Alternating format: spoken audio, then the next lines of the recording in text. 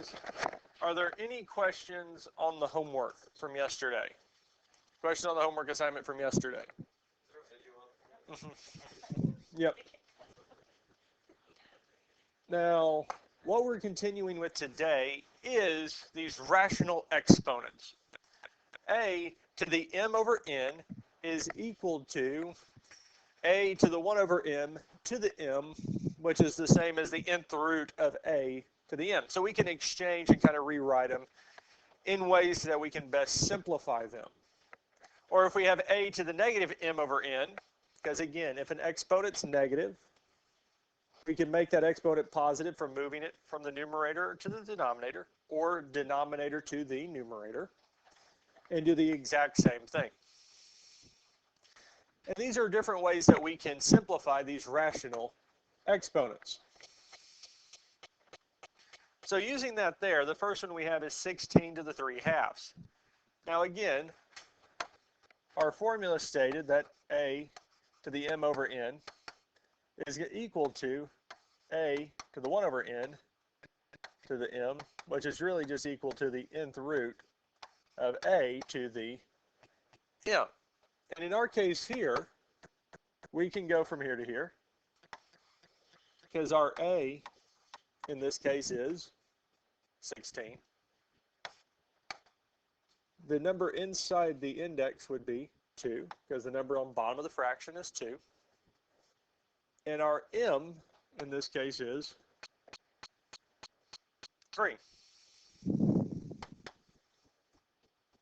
So a in our case was 16, m was 3, and n was 2. And we just kind of filled in accordingly. And this makes it a little bit easier to work with, because just looking at 16 to the 3/2, it's kind of hard to see how this would work out. But if we rewrite it as this here, where we have the square root of 16 to the 3rd, well, what is the square root of 16? 4. So now we're just looking at 4 to the 3rd. And 4 squared, we know, is 16, so we just need to multiply it by 4. 4 times 6 is 24. 4 times 1 is 4 plus 2 is 64. So 16 to the 3/2 is 64.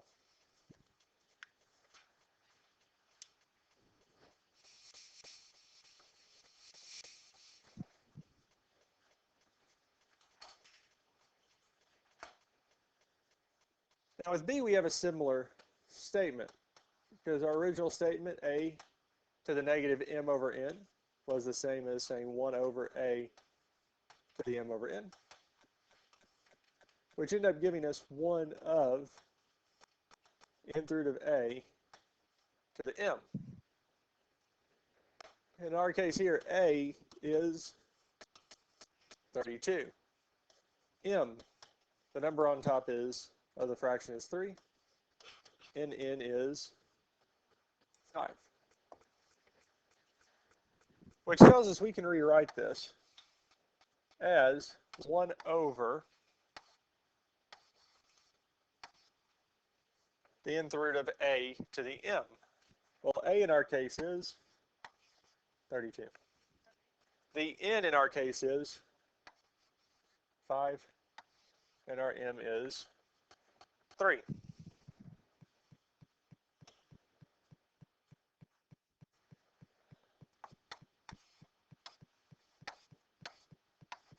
And from here we can simplify. And the first thing we're looking at is the 5th root of 32.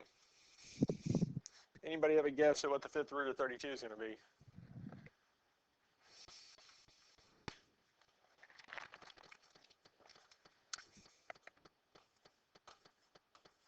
Most likely, yes. Because if we do the factor tree to get our primes, well, we have 2 times 16 is 32. 16 is 2 times 8.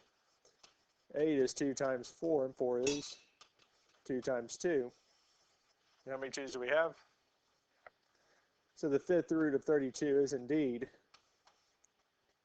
2. And the last thing we need to do is 2 to the 3rd, which is, so 32 to the negative 3/5 is 1/8.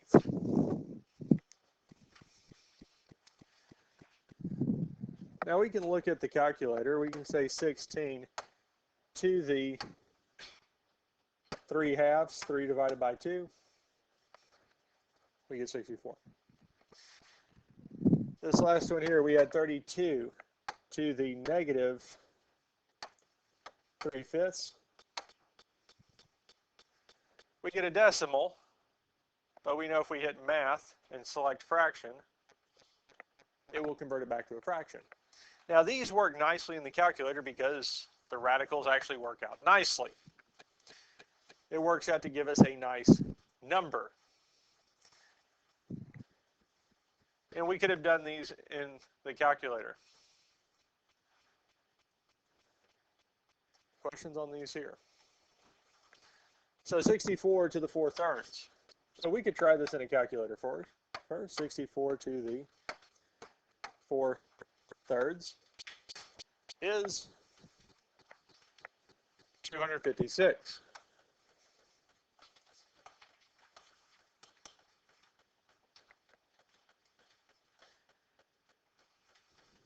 Now, if we wanted to rewrite this as the nth root of a to the m, we're really taking the third root of 64 to the 4th power. That's really what we're saying with 64 to the 4/3. Well, the cubed root of 64 is 4, and then 4 to the 4th is 256.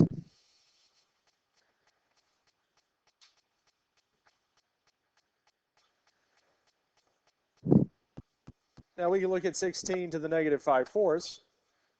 16 to the negative 5/4 is 1/32.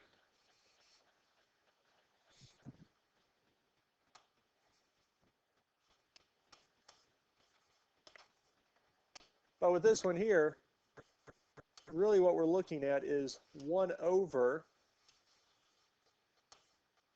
16's inside our radical, and our index is 4. So we're saying the 4th root of 16 to the 5th power. And the reason that this one here and the one before it worked nicely in the calculator is because we can take the 4th root of 16. The 4th root of 16 is 2. And 2 to the 5th is 32. So as long as we're able to take the radical, we're able to simplify that radical nicely, plugging them into the calculator, for the most part, is going to be pretty nice, as long as the numbers don't get too big. Because if they get too big, then it's going to, most of the calculators are just going to convert it back to a decimal. Quick questions on this here. Evaluate each expression using a calculator. Round your answer to the nearest hundredth.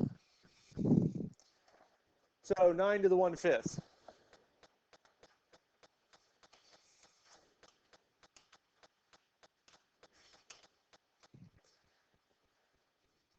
So we can plug it in, 1.55.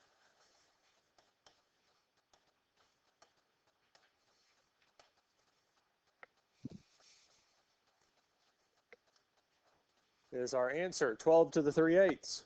Again, we can plug it in. 12 to the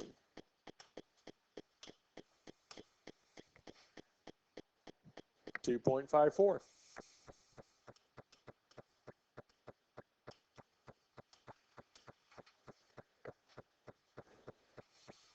And lastly, we have the 4th root of 7 cubed. So in the calculator, we can do parentheses. 4, second, 7, to the 3rd. And we get 4.3. How would we round it? As it was 303, yes? So if we round it to the nearest hundredth, second decimal place, we would round up or down? Down. Do I need that 0? Yeah. Because since we're rounding to the nearest second decimal place and it is a 0, we still need it. It still needs to be there. It's signifying that we rounded to the second decimal place, not to the first. So we leave it there.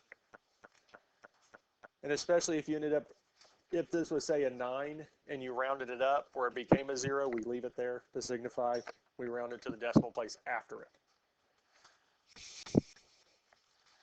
Questions on this here? Do we feel good with plugging these in? Yes? You just plug them into the calculator. Now, I'm going to do C again since you weren't here yesterday. Especially with the graphing calculator, there's a little bit different way to get to it, and that's with math. So the fourth one down is the cubed root. The one after that is the nth root or x root. And if we select it, we can put whatever root we want. So here we want the third root. So we can say the third root of 11 squared. Or we can say parentheses, math, third root of 11, close parentheses, squared.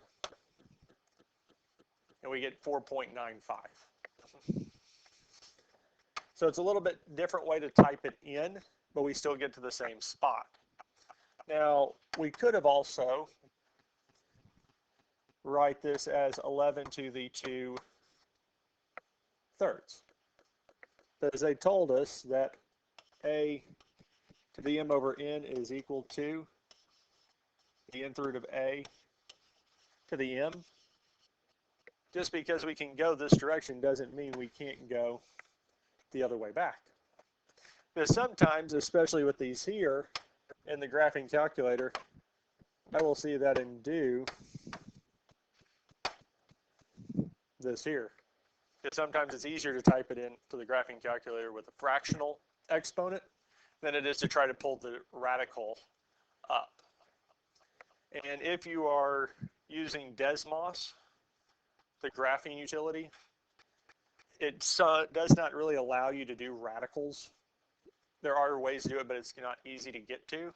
So sometimes it's easier to just write it as a fractional or decimal exponent to get to the same thing. All right. To solve an equation of the form u to the n equals d, where u is an algebraic expression, take the nth root of both sides. This is actually nothing new. This isn't really anything new to what we're going to do and what we're going to solve using the rest, or what we're going to do for the rest of the lesson.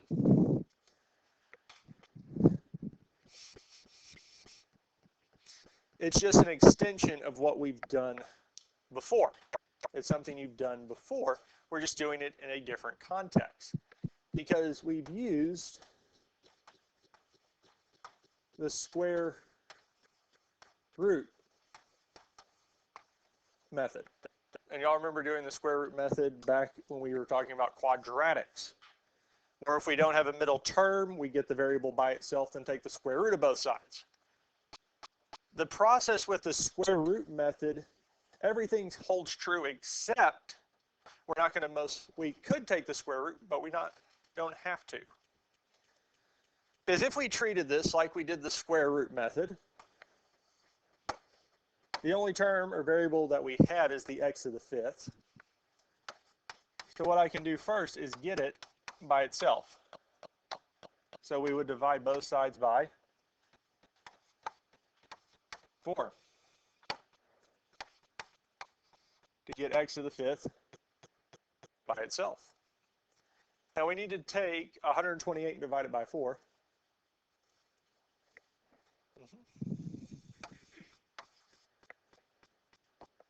Now at this point here, in the square root method, we would take the square root of both sides, yes?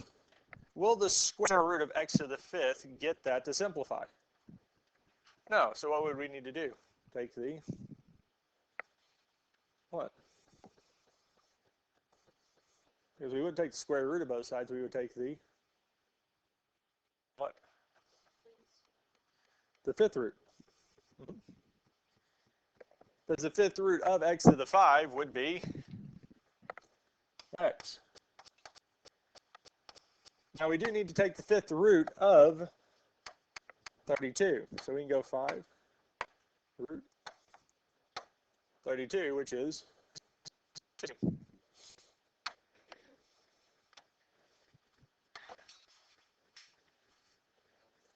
Now this is referring back to what we did yesterday, because we had the two charts, what we did at the end, nth roots. If we take an odd root of a positive number, how many real roots do we have? 1. Because yesterday when we had it, because the odd root, the one side, it was one real root, one real root, one real root, because there's only one of them. And 2 works out to be the only real root for this here. Now I could show this graphically.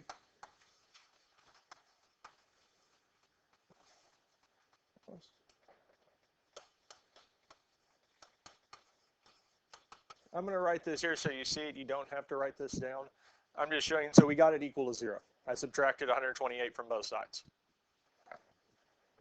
And what I'm going to do is I'm going to take the graphing calculator, and I'm going to graph it. 4x to the 5th minus 128. And we already solved it. We saw that x was 2, yes? So that means when x is 2, the y value should be 0. It should cross the x-axis. And that's actually going to be the only place that it crosses the x-axis. That's the only real solution that we have for this here, is x equals 2. Now, how many solutions should it have? 5, because it's a degree 5. It just works out the other 4 solutions are all complex solutions, I, terms. And if we look back at the instructions, it says find the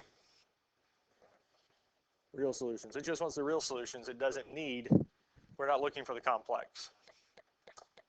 But that's it for that there. Questions on this here?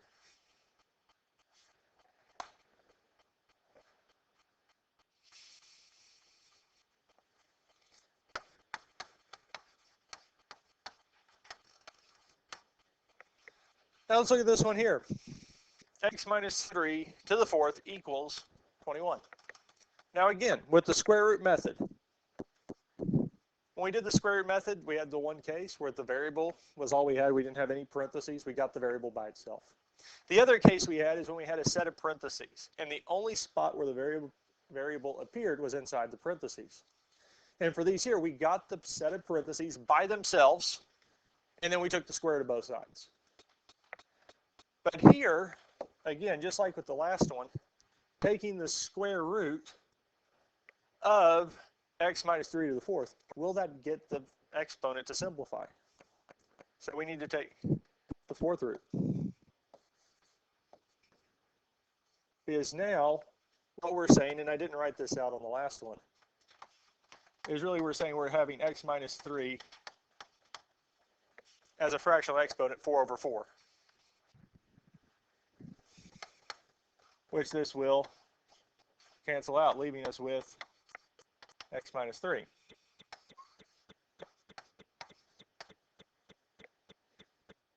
And we can't take the 4th root of 21, mainly because 21 doesn't have any factors that appear 4 times. I about said it was prime, but it's not. 3 and 7 are the only factors, so it can't simplify. But we are missing one thing. It is the plus or minus. Whenever we take the even root of both sides, we have to add the plus or minus to it. Is x by itself. So the last thing we need to do is what? Add 3 to both sides. Minus x is equal to 3 plus or minus 4th root of 21.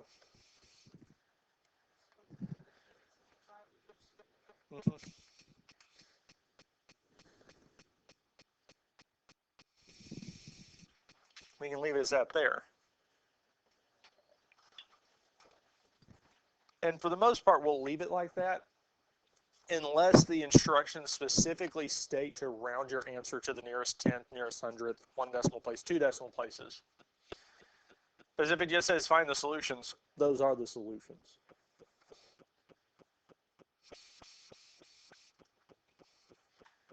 So what would we need to do for this here? Yes, we need to get the x cubed by itself first, so we would divide both sides by 5. Telling us that x cubed is equal to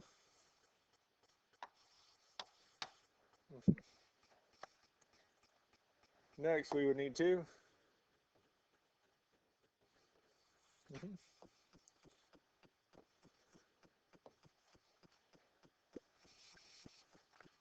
the cubed root. And the cubed root of 64 is 4. Do we need the plus or minus? No, because it's what kind of root? It's 3 is odd. When we have odd roots, we take the odd root, we only have one real solution that comes from it. Questions on this here?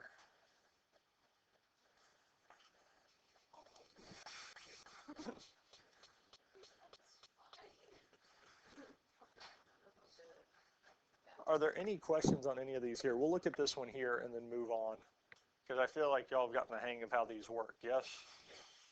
So here,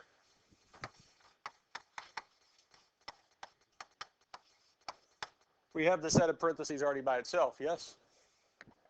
So we can do what? We can take the, what root of both sides? 4th. Because here the 4th root and 4th power will simplify, leaving us with x plus 3 is equal to.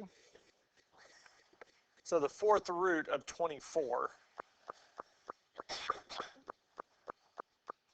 is what?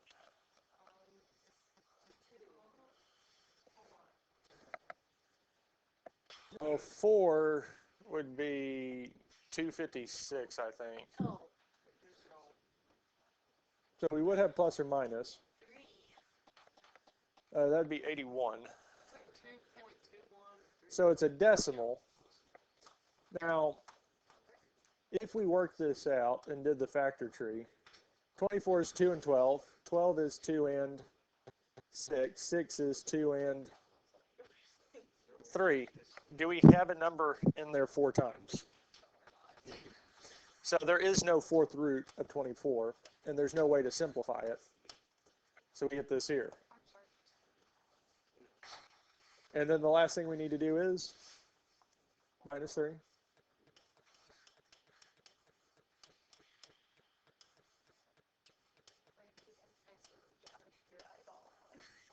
And that's it. Whenever we add or subtract something from both sides, we always want to put it in front of the plus or minus.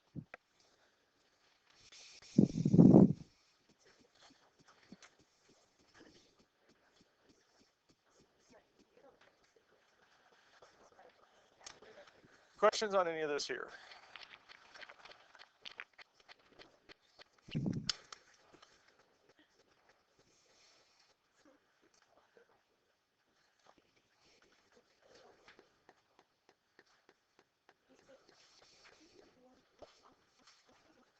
Do we feel good with these here? Yeah. Okay.